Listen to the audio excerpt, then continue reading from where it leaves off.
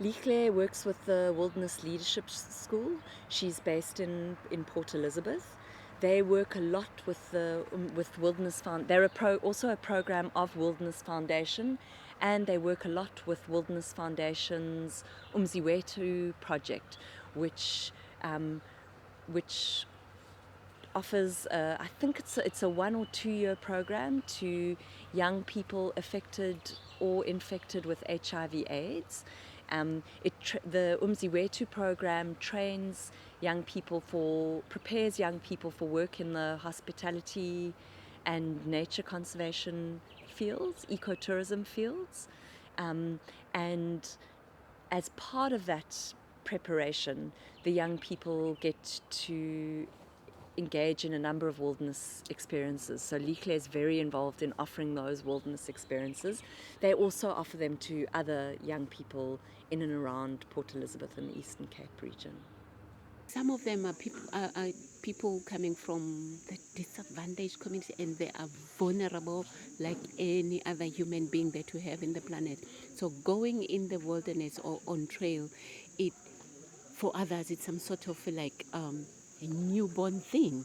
I remember that I took the other trail the other time where this young person is a young man, African men, Xhosa men, you always say I'm a Xhosa, and fortunately I had to be a female guide to them and as well. And sometimes it felt to me as a person that is in the wilderness, that understand the wilderness. Sometimes you lead people and you want them to feel the way that I am feeling or the way that you are feeling, but it's impossible sometimes. That is where when you guide, you just say, wilderness, take its part. So this young man was always like that human being. So I took him into a couple of trails, but there was this just one similar trail that has done something to him, which I'm not going to say it's me. I just facilitate the process, but the wilderness take it part and take control of every individual and every emotion. So this young person, we did all we do on trail: solitaire, night watch, and then after all of that, we have Indaba, where we just sit down and then talk about the people's feeling and so on. At first, when we first enter, he was like feeling, oh, I'm here because I'm supposed to be here. But at the end of the trail, the very last Indaba that I had with that group was much powerful, because he only said to us, with the tears running down his face, he just said to us, you know what, I've just found myself. So with that, me as a guide and the group knowing this individual, so it was like, wow. We wanted to ask, what is it that makes you find yourself? He said, no, it's something that I can't explain and I can't even define that meaning of finding myself. But what I know, it's just that I just find something that I never thought that I will find. And my life, it's no longer the same as the person that I was when I first came here. So that for me was like, wow, thank you, Wilderness. He has done such an incredible and powerful thing. Those words coming to that person was so powerful, very touching to me, because I know him. Solitaire is where I take them, or I give an individual a space of himself. So it's either I place an individual along the stream, depending where are we camping at that time. Sometimes we camp along the stream, then I will put you at your own space. I'll say, this is your secret place. This is just where you will find your freedom. Just embrace what is around you. Just embrace the sound that you feel, the feeling that comes to you. Listen to your soul and your spirit, because we come from very busy township and resident, and wherever we come, we don't have time to just listen and connect to us. So I place them in the individual places, so they just have that time of just reflecting to their life, the way forward for whoever they are, and where do they want to go, and the reason why a person is in that trail at the moment. What does this being taken in the wilderness mean to me, and all of those things. It's that space that we create for an individual on the solitaire. And what else? What else do you do on the trail? Do you walk? Of course, we walk this. It's solitaire and night watch. In the night watch as well, we have journals. People take responsibility of all the 8 human beings that are in the wilderness. It's a great feeling for a young person, who hasn't been taking that responsibility. There are 8 people or 7 human beings that are relying on me with their life, are relying on me, because on my trail, yes, I don't go in the big 5 areas, but I try by all means to make people understand what we have, the sort of animals, and create that uh, sort of a scary feeling for them, so that they'll take a responsibility of making sure if a Janet cat walk in our camps, what do I do? Is the group safe? Although Janet is not a dangerous animal, but they have to be in that space. And also, yes, we walk, they walk with their backpacks, which is one of the challenges with the youth, because it's this huge backpack that is tall as Lihle.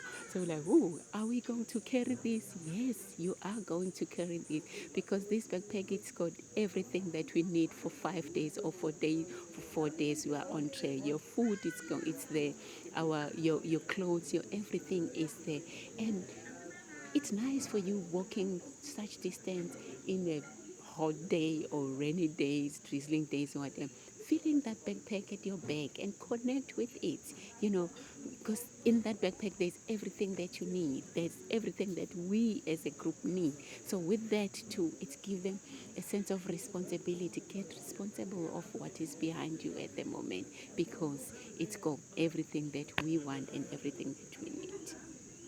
So, Um, when they go home or when they go back to the resident, we have to nurture that as the guide, as the person that have seen or listened to their stories that they have shared.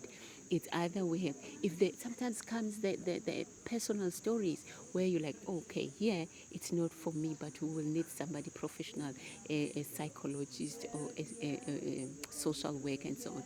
Like at the wilderness, we have all those sort of different people, so they had to follow up in those stories and make sure that people are fine and people are well. And also, with the greater story that people share are the stories said after the trail.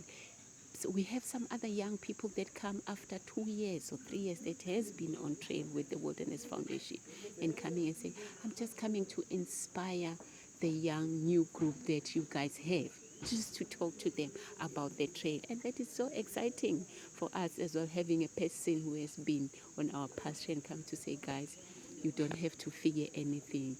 Just go there and enjoy, embrace, and feel it inside your soul. It is working.